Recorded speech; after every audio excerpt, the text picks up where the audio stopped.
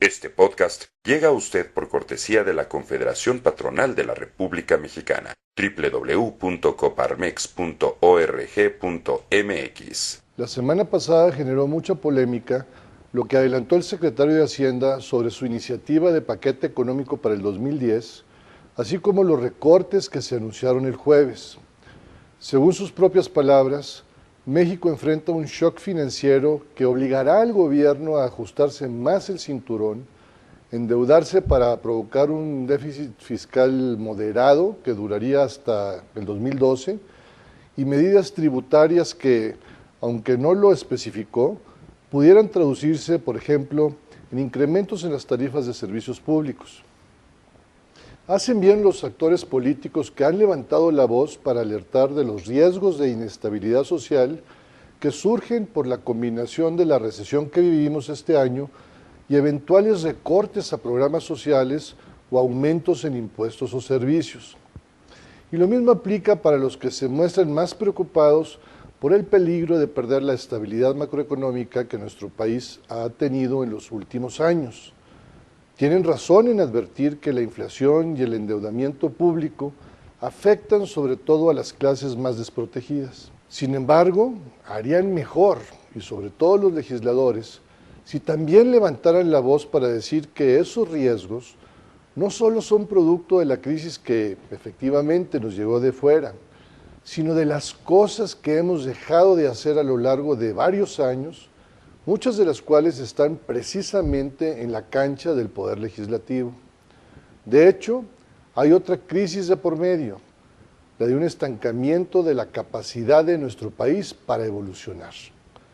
Ya son muchos años de llamar la atención sobre las debilidades de nuestro sistema tributario, que no ha logrado combatir con éxito a la informabilidad y, por tanto, de generar cuando menos una recaudación equivalente al 20% de nuestro Producto Interno Bruto, una de las más bajas de Latinoamérica. En vez de tomar decisiones prácticas, se ha respondido con acciones superficiales o provisionales. Son muchos años advirtiendo sobre la caída de la producción y las reservas de petróleo, así como de la incapacidad de nuestro sector energético para crecer por las rigideces que lo constriñen. Y mientras tanto, esa riqueza se pierde en gran medida en gasto burocrático y subsidios a empresas tan improductivas como Luz y Fuerza del Centro, ya sin hablar de la corrupción y el robo de combustibles.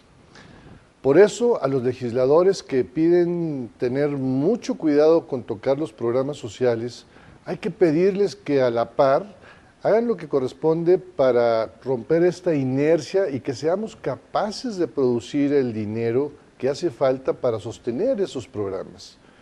Hoy por hoy, la salida del estancamiento económico y de la amenaza real de que se desborde pasa por la política y en concreto por el Congreso.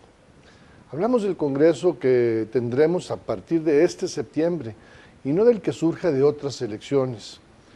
Eso fuimos a decir a las audiencias públicas que organizó el Senado y tenemos que sostenerlo. México necesita ya las reformas estructurales que hemos promovido desde hace años y que se vienen posponiendo legislatura tras legislatura.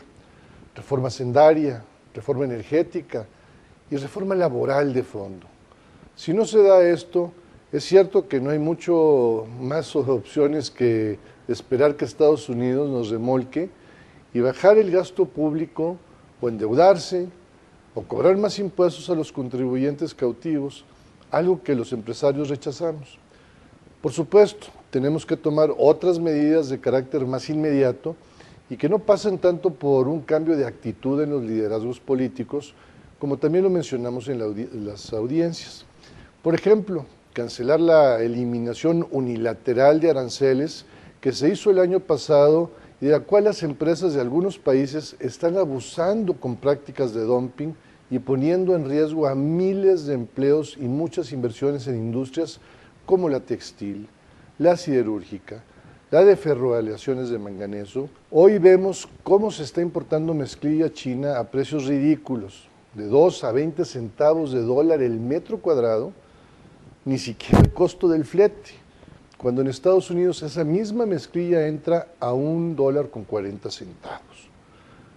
Y por otro lado, estamos recomendando al gobierno que establezca un fondo para ponerlo a disposición de proyectos integrales a nivel municipal, básicamente para modernizar vialidades, hacer sistemas de transporte como el Metrobús de la Ciudad de México, etc. Sería suficiente para aprobar a nivel nacional un modelo que en algunas ciudades ha generado derrama económica y empleo muy rápido, porque no tiene tantos problemas para licitarse ni ejecutarse como los grandes proyectos estratégicos. Todo eso va a ayudar mucho y hay que hacerlo. Sin embargo, sin reformas, a nivel macro, seguiremos estancados. ¿Por qué no nos abrimos a nuevas ideas, a avanzar, en lugar de aferrarnos al pasado y a la inercia? Por aferrarnos a lo poco y no arriesgarnos, se nos va lo que sería más, e inclusive lo poco que tenemos podría perderse. Comparte la señal Coparmex.